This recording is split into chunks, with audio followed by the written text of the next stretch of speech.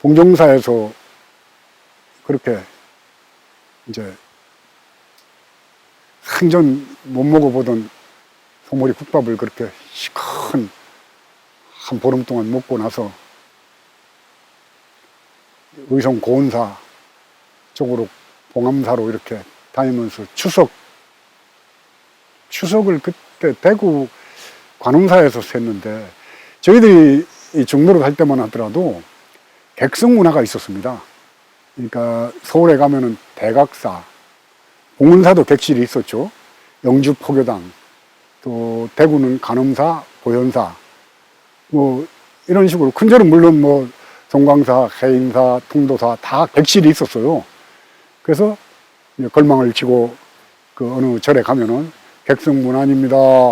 그러면 주지가 나와서 아이고 어느 절에서 오셨습니까? 어느 스님 황자고 뭐 누굽니다 하고 인사가 끝나면은 객실로 안내를 해주면은 그 객실에서 3일까지는 자고 먹고 할 수가 있는 그런 문화. 그러니까 뭐 규범으로 딱 정해져 있는 건 아닌데 내려오던 관습이죠. 관습이 그런 객실 문화가 있었습니다.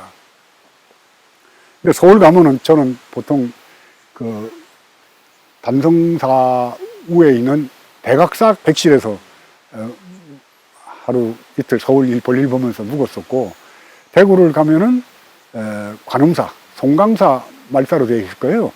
원명스님이라는 그 아주 노스님이 계신, 자비스러운 노스님이 계신 절에 객실이 항상 있었습니다. 거기서 묵었었고, 그래서 이제 객실 문화가 있었는데, 또 하룻밤 자고 나면은 갈 때 되면은 또 소정의 여비, 그때로는 5,000원도 되고 10,000원도 되고 그렇게 여비를 주면은 그 여비 가지고 다음 목적지까지 그냥 만행이라고 그래서 뭐 아무데나 좀 저기 삿대도 없고 노도 없는 배가 둥실둥실 떠다니듯이 인연 따라 흘러가는 그런 그래서 운수납자라고 그래요. 운수납자. 구름운자 물수자를 쓰죠. 구름도 정체가 없고 물도 흘러가는 물이 어디 정체가 있나요? 그저 이리저리 인연 따라서 굽이굽이 돌을 만나면은 멈추기도 하고 또 땅 밑으로 스며서 흘러가기도 하면서, 그래서 운수납자라고 그럽니다. 납자는 떨어질 납자. 그러니까 구름같이 물같이 헌옷 하나 입고 아무 의지처 없이 정체 없이 떠돌아다닌다고 그래서 운수납자라고 그러고요. 그래서 운수 생활을 그 당시에는 하는 낭만이 있었습니다. 그렇게 해서 이제 고은사에서 좀 큰 사고가 났었는데, 워낙 영양 상태가 갑자기 좋아지니까 기운이 뻗쳐가지고 사고를 좀 쳤는데, 이거는 이제 비하인드 스토리로 해가지고 10만 될 때 제가 솔직하게 얘기하겠습니다. 이건 너무 제가 얘기하기 싫은 대목이 돼가지고 나중에 10만 될 때 제가 얘기할 거 약속드리겠습니다. 그러고는 이제 정지 스님하고 백년 스님하고 비행기가 날아가네.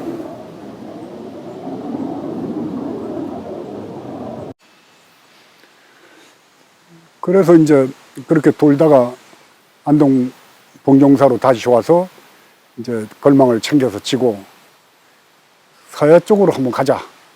그 당시에는 간월도를 많이 갔어요. 그 수덕사로 해서 지나가지고 이제 간월도를 갔는데, 그 당시에는 간월도를 그 부성면 거기가 창리인가요? 거기서 배를 타고 들어갔습니다. 하루에 배가 2번인가 3번 정도 그 간월도 있는 간월항까지 이제 오고 갔는데, 간월도를 가려고 그 안동 봉정사에서 출발을 했는데, 가다가 예산에 있는 향천사라는 절에 지원 스님이라고 또 우리가 좋아하고 따르던 그 선배 스님도 있고 그래가지고 향천사를 들려서 가려고, 향천사에서 하룻밤 이제 묵어 가려고 들렸는데, 거기서 춘성 스님이 열반하셨다는 소식을 듣게 됐습니다. 그때야 뭐 핸드폰이 있습니까? 뭐 연락할 길이 어디 있나요? 그래서 그런 절에를 가야지 각 절마다 이제 연락이 온 게 있기 때문에 소식을 듣고, 아이고, 준성스님 돌아가셨는데 그럼 우리가 간월도 못 가겠다. 그렇게 해서 급거 서울로 이제 준성스님 돌아가셨던 데가 화계사에 계시다 돌아가셨어요. 그래서 화계사로 발걸음을 옮기는데, 준성스님은 그 만해 스님의 제자죠. 33인 중에 하나였고, 33인 중에 마지막까지 변절 안 하시면서 참 총독부 꼴보기 싫다고 시무장을 북쪽을 향해서 집을 짓고 지내셨던 분이 만해 스님인데, 만해 스님의 상자가 춘성 스님입니다. 춘성 스님은 아주 호방한 성격이었습니다. 그러니까 호걸이죠. 저는 처음 춘성 스님을 뵌 게 법주사에서 74년도 행자생활을 할 때 늦가을에 한번 오셔가지고 한 일주일 묵으셨는데, 이가 많이 상하셔가지고 틀니를 하고 계셔서 죽을 좋아하셨던 거 기억해요. 그래서 저 녹두죽 좀 끓여와라 걸걸하게 말씀하셨던 그 풍채 좋으셨던, 눈은 호랑이 눈이고 입도 큼지막하신 분이 말씀도 걸찍하셨고, 그 뒤에는 성남에 있는 봉국사에서 이제 말년에는 좀 몸이 불편하셔가지고 봉국사에 많이 계셨는데, 몸이 불편하셔서 배탈이 자주 나시는데도 냉면을 좋아하셔가지고 가끔씩 그 젊은 수자들하고 같이 냉면을 이제 먹으러 가면은, 그 당시에 그 준성 스님의 상자였던 견진 스님과 이제 같이 다녔는데, 견진 스님도 보통 장난기가 많은 분이 아닙니다. 그래서 그 견진 스님하고 수자들 여럿이 냉면집을 가면은 그 장충동에 있는 평양냉면집이나 아니면은 세운상가 뒤에 시계골목에 곰보냉면집이라고 있었어요. 거기 이제 그 비빔냉면 같은 거 먹으러 가면 그거 좋아하셨는데, 냉면을 드시면은, 아니, 장안에 큰 스님이라고 그렇게 사람들이 존경을 하니까 신도님들이 용치에 쓰라고 조금씩 넣어드리는 돈이 있는데, 양반은 그 돈을 봉투에 든 걸 이렇게 세서 괜찮을지도 모르고 뭐 따로 놔둘지도 모르고 주머니에 그냥 뿌이뿌이 넣고 다니다가 냉면집에 가서 냉면을 좀 맛있게 드시고 나면은, 냉면 그거 참 맛 좋다 이러고 나오시면서 주머니 있는 그 봉투를 다 카운터 거기다 내놓고 그냥, 그러니까 돈도 잘 모르셨고 뭐 그랬었죠. 그리고 절에 들어오시다가 날씨 추울 때 그 좀 추워 보이는, 그 당시에는 그 거지들이 좀 있었단 말이에요. 그럼 옷 홀랑 벗어주고 그냥 팬티바람으로 절로 올라오시고, 그러니까 정말 무의 도인의 표본이랄까요? 정말 욕심 없었던 분, 그리고 단순했던 분. 얘가 안 좋으셔가지고 천안에 가면은 홍칙과라고, 아마 구참 스님들은 다 알 겁니다. 그 홍칙과라는 데가 머리가 허연 의사 선생님이 일제 때부터 아마 그 의과 공부를 하신 것 같아요. 그 스님들이 오면은 주지 스님들한테는 돈을 또박또박 다 받고, 이 걸망종들한테는 돈을 안 받았어요. 그리고 돈을 안 받을 뿐만 아니라 이빨 치료 끝나고 나면은 그 불고기집에 가서 불고기를 사주면서, 이빨 치료 금방 끝난 사람한테 불고기 사주는 치과 회사가 어디 있어요. 제가 이거 아파서 이거 고기 이게 들어가야지 이가 빨리 나아요. 그러니까 빨리 드시오 이러면서 참 뭐 제가 잘하고 하지만은 스님들보다 훨씬 더 저는 도가 깊었던 그런 거사님으로 기억을 해요. 근데 그 거사님이 춘성 스님을 존경하고 좋아해가지고 그 당시에 자꾸 비싼 틀니를 이제 해드렸는데, 춘성 스님은 강화 그 보문사를 좋아하셨어요. 강화에서 송모도로 건너가면 보문사라는 그 서해에서 뭐 제일 가는 관음도량이라고 그러죠. 거기를 좋아하셔서 거기 많이 가 계셨는데, 견진 스님이 이제 춘성님을 모시고 다녔으니까 견진 스님 말에 의하면은 틀리를 해드렸으니까 거북할 거 아니에요. 거기 입안에 뭐가 잔뜩 들어 있으니까. 그 뭐 금인가 뭘로 해서 그 홍치과의 그 의사가 참 정성 들여서 해드렸는데, 이게 아무래도 불편하니까 송모도 배를 가는 배를 타고 가시다 말고, 야, 이 자식아, 견진 스님 보고, 이렇게 입안이 가득 찬 것이 더러워서 못 끼겠다. 그러고는 배 타고 가다 말고는 그 바다에다가 칵 하고 뱉어버리더랍니다. 그 당시로 적지 않은 돈을 들였을 텐데, 견진 스님이 놀래가지고, 아이고, 스님, 그걸 바다에다 뱉으면 어떡합니까? 그런 거. 그 귀한 걸, 그 비싼 건데, 비싸면 이 자식아 빨리 뛰어들어가서 꺼내와. 그러니까, 어른네 같은 분이죠. 애기들이 그 못 견디면 뱉어내버리잖아요. 나이가 70, 80이 돼도 스님들은 철이 안 나요. 왜냐하면 옛날 말이 있잖아요. 말 못하는 애를 안고 밤 12시 통행금지 넘어서 병원 문을 두드려 보지 않고는 인생을 논하지 말라는 얘기가 있습니다. 그 자식을 키우는 사람들이 자식이 속썩일 때 받는 부모가 갖는 그 괴로움이라는 게 지가 안 해봤으니까 모르죠. 근데 그런 얘기를 하도 많이 들어서 저도 결혼 안 하고 이렇게 사는 이유는 나 같은 아들 낳을까 봐요. 이런 아들 낳으면 이거 인생이 끝나는 겁니다. 내가 생각해도 그래요. 참 중이 잘 돼가지고 우리 부모님 일찍 돌아가셔서 그 고생 안 하신 게 저는 다행으로 생각을 하는 거죠. 이건 진심으로 하는 말입니다. 저 같은 아들 낳을까 봐 저는 장가도 안 가고 홀로 산다. 괜찮죠? 그렇게 이제 그랬던 춘성 스님이고, 또 냉면집에 가서 그렇게 막 신도님들이 준 봉투째 내둔 돈을 처음에는 그냥 나왔는데 나중에 생각하니까 얼마인지도 모르고 수표가 들어있을 수도 있고 이러니까, 그러면 제가 이제 나갈 때 제 걸망을 그냥 그 냉면집에 놓고 나옵니다. 그러고는 아이고 스님, 제가 걸망을 놔뒀습니다. 그러면 야, 이 자식아, 걸망은 놓고 다니더라도 화두는 놓치지 마라. 빨리 갔다 와라 이놈아. 그럼 얼른 쫓아가서 그 카운터 보는 데 가가지고 우리 스님이 노망이 들어가지고 그랬으니까 아까 내놓은 봉투 다 주십시오 해가지고 그걸 받아다가 책에서 제가 넣고 다니면서 제가 썼죠. 아마 스님이 아시었으면은 지금이라도 너 임마 그 돈 내놔라고 하실지도 모르겠습니다. 그랬던 그 춘성 스님, 그러니까 소위 그 당시에 양산박이라고 불리웠고 긴누비파라고 불리웠던 조금은 불량기가 있었던 스님들이 다 따르고 존경하고 했던 스님이 춘성 스님인데, 그 돌아가셨다니까 놀래가지고 이제 서울로 이제 급히 시외버스를 타고 이제 화계사로 올라가게 됩니다. 그래서 장례를 이제 치르는데,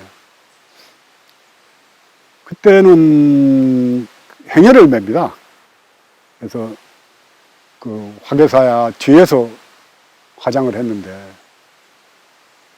이제 뭐 월산 스님, 뭐 제방에 큰 스님들은 이제 다 모이고, 또 준성 스님 그러면은 일화도 아주 많은 분이에요.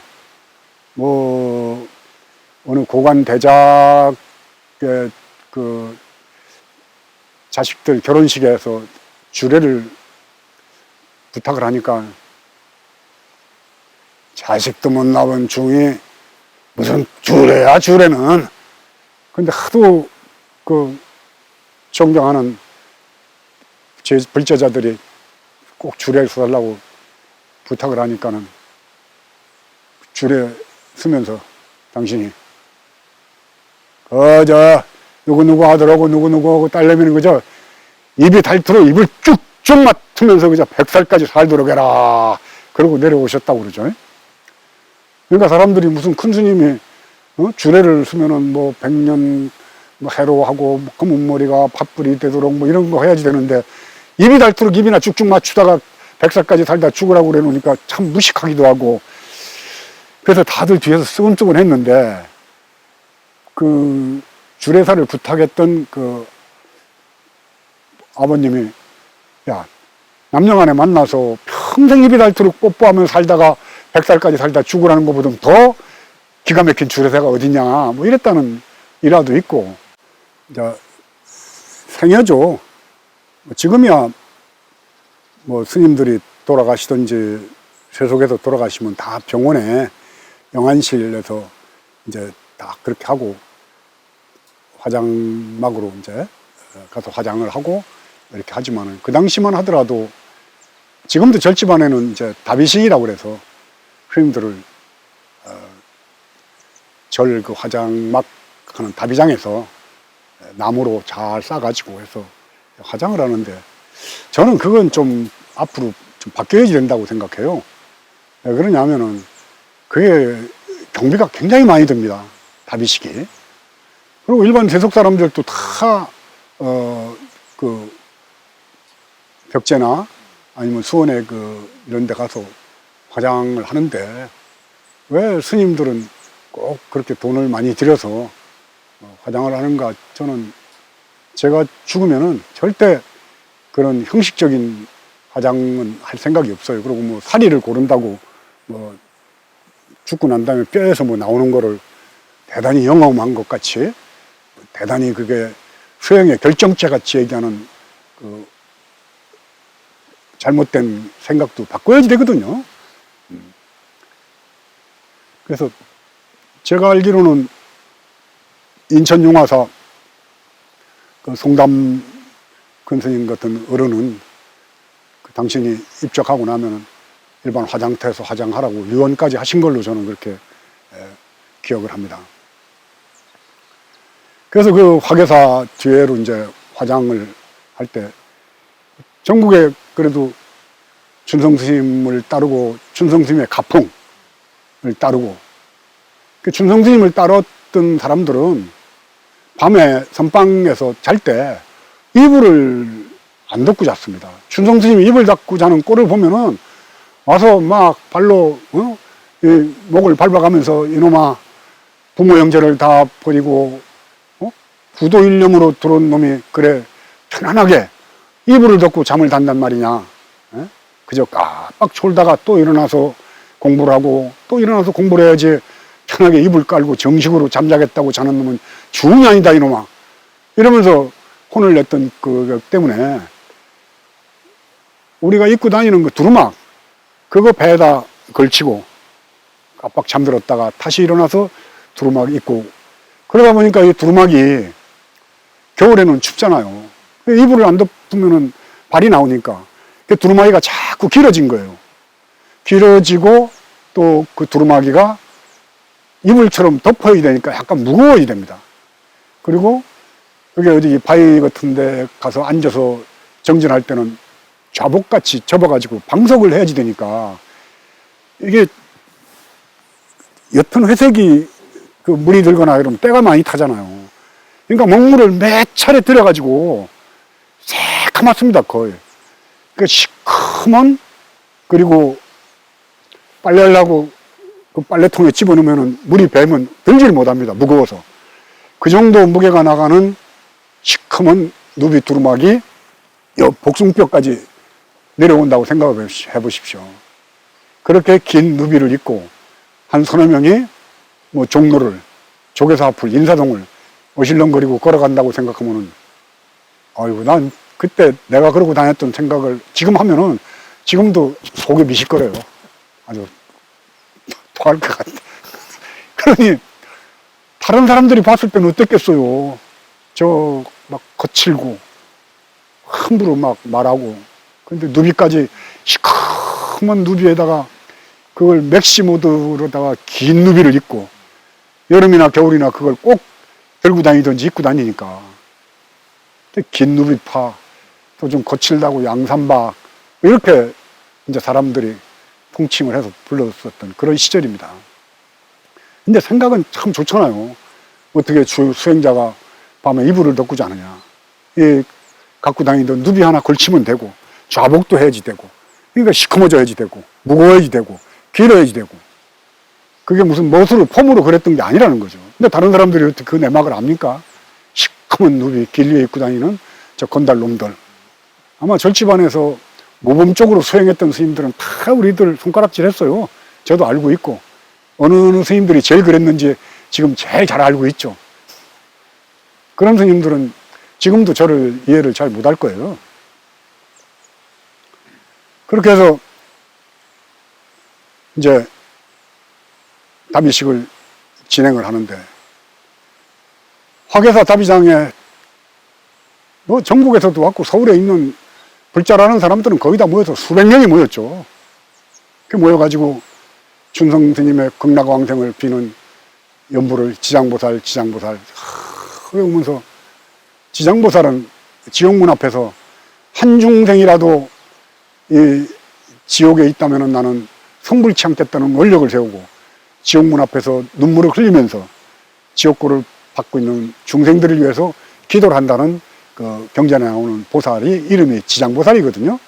그 지장보살의 명호를 부르면은 지옥에서 벗어날 수가 있다, 이렇게 전부 모여서 보살들이고 스님들이고 지장보살을 부르고 있는데, 저희 그 소위 양산박이라고 불렸던 스님들은, 야, 평소에 우리 춘성 스님이 시원한 맥주 한 잔 좋아하셨는데 그 이 화장막에서 저렇게 화장터에서 불에 펄펄 타고 있는데 맥주 한 잔 올려야지 안 되겠냐.